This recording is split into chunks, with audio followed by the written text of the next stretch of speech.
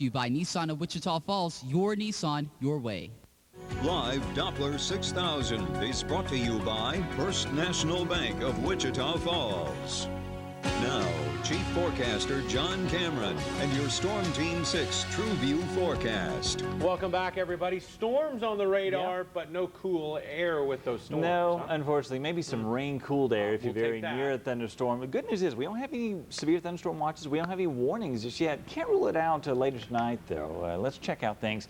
Now, we're actually seeing thunderstorms develop at a distance with First National Bank of Wichita Falls Skycam 6. These storms you're seeing there at the distance are actually north of the Red River. It's, wow, 92 degrees, heat index of 95, so we're warm and muggy. Winds have become a little bit more southerly, which favors more fuel in the area for some thunderstorms. Let's check live radar.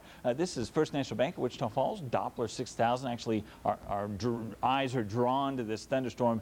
Starting to gain a little bit of strength near Mears and Medicine Park. Thank goodness you can enjoy that Mears cheeseburger inside. This storm drifting to the east about 10 to 15 miles per hour.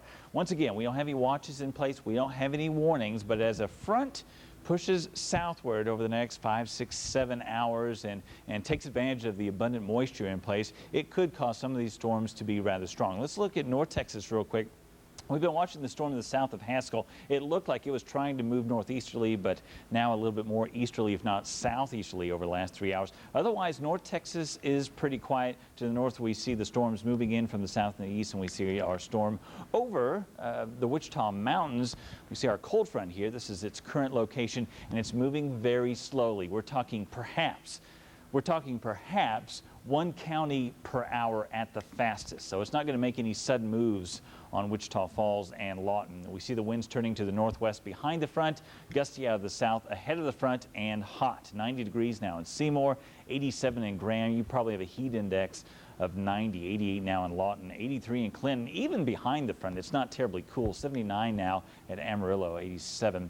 Abilene, the front will continue to push our way very slowly, probably be right on our doorstep in Wichita Falls, just either side of midnight, continuing to kick up some showers and thunderstorms. Now, Raincast says that by tomorrow afternoon, we'll see clearing skies.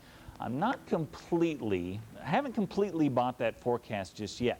Let's look more locally, county by county. As the front moves through, we could see a few strong storms. Some of these storms could be capable of producing some 60, 70 mile per hour winds, perhaps hail up to the size of pennies. And once again, Raincast continues to suggest once we get into the afternoon, skies will be clearing. I have a feeling, though, that this front is going to put on the brakes across portions of North Texas, and that means we could see the redevelopment of some storms in the afternoon for Monday, Graham, and Bowie. So I'm not completely in love with this forecast for Raincast. Maybe Raincast will prove me wrong. We'll see. All right, on the 7-day forecast, we'll hang on to slight rain chances into tomorrow and perhaps even into Thursday. And then we'll watch for a front to move in for the weekend. But unfortunately, I've had to retract my little threat of a cool snap as we get into Sunday and Monday into Columbus Day. I've still got the temperatures trending downward, but not as cool as what we were seeing yesterday. Unfortunately, we're not going to get rid of this summertime heat over the next few days. And rain chances are slight, probably from tomorrow afternoon on. So we're going to be scanning the skies live with Doppler radar this afternoon. First National Bank of Wichita Falls, Doppler 6000. And if these storms go strong or severe, we'll let you know right away. You'll be watching it for us. We'll take it. Thanks so much, John. Here's a look at what we're working on for you for 10 o'clock. They're called gypsy pavers, and they usually target senior citizens in rural areas. They promise to pave driveways for a price that can't be beat. The only problem is it's a scam. We'll share one victim's story and also give you a warning from the Better Business Bureau. It's tonight on 10 Minutes of Nonstop News. Michaela Lachiga, Channel 6 News. Straight ahead, the dramatic finish to last night's baseball breaker. And we'll meet the fourth candidate trying to become the lead Mustang next in sports. Listen to News Channel 6 news and weather updates on Real Rock Radio 106.3 The Buzz. Online at papajohns.com. Now, KAUZ Channel 6 Sports with Andy Austin.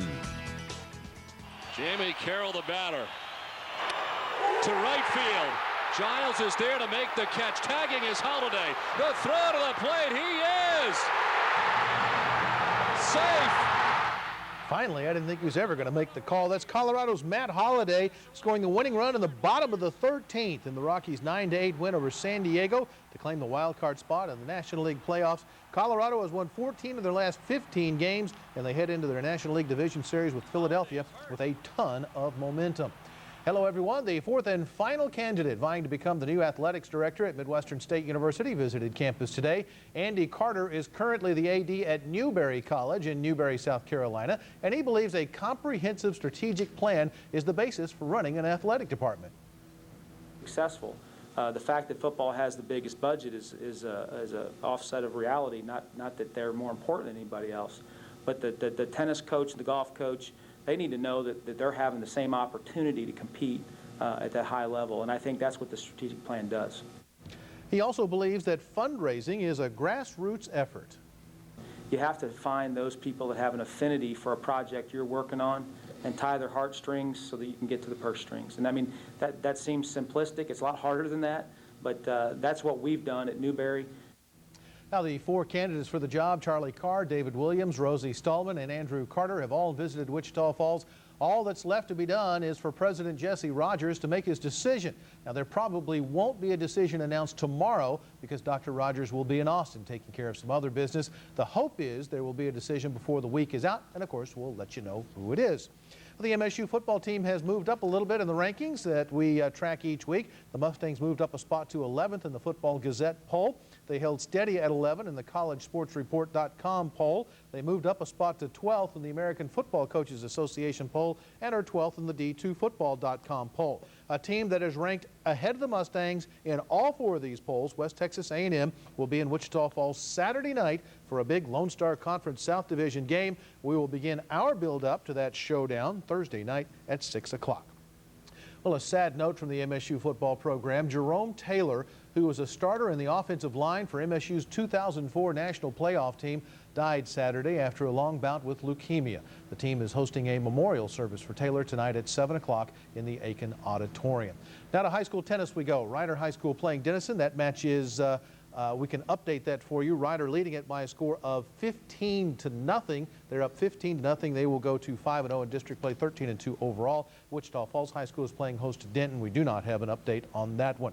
And finally, we're also getting ready to cover a busy day or busy night of high school volleyball. Here's what the 6 city teams are doing tonight. City View is hosting Red Hot Henrietta. Hershey is at Iowa Park. Notre Dame is playing at Monday. Ryder is in Denton to play Ryan High School. Wichita Christian School is in Denton to play Selwyn School. And Wichita Falls High School is at home to play Denison. Action and scores from these matches and a whole lot more tonight at 10 o'clock. All right, so that was the fourth and final MSU Athletic Director finalist. When do they expect to make a decision? Like I said, Dr. Rogers is out of town tomorrow, so probably nothing tomorrow, but they hope to have something by Friday at the latest. And you'll be the first with it, I'm sure. Absolutely. Fantastic. Thank you, Andy. We'll be right back. Time is running out. Our inventory. Vipermax 6 reveals heavy rain and lightning strikes near Mears and Lake Ellsworth to the north of Lawton. That storm is moving to the east. Also some showers, perhaps some heavy rain around Vernon. Everything you see here moving to the east. Once again, no warnings or watches are in place, but that's something we will watch through the night. The rain expected for the most part to move south of Wichita Falls by sunrise tomorrow. Can't rule out a stray storm tomorrow afternoon. Temperatures, unfortunately, are back to the upper 80s.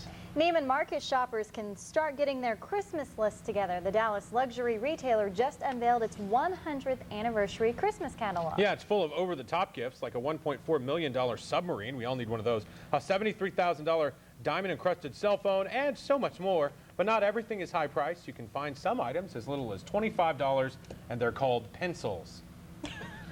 I just made that up. I don't know. I haven't seen the catalog, but I think that's right.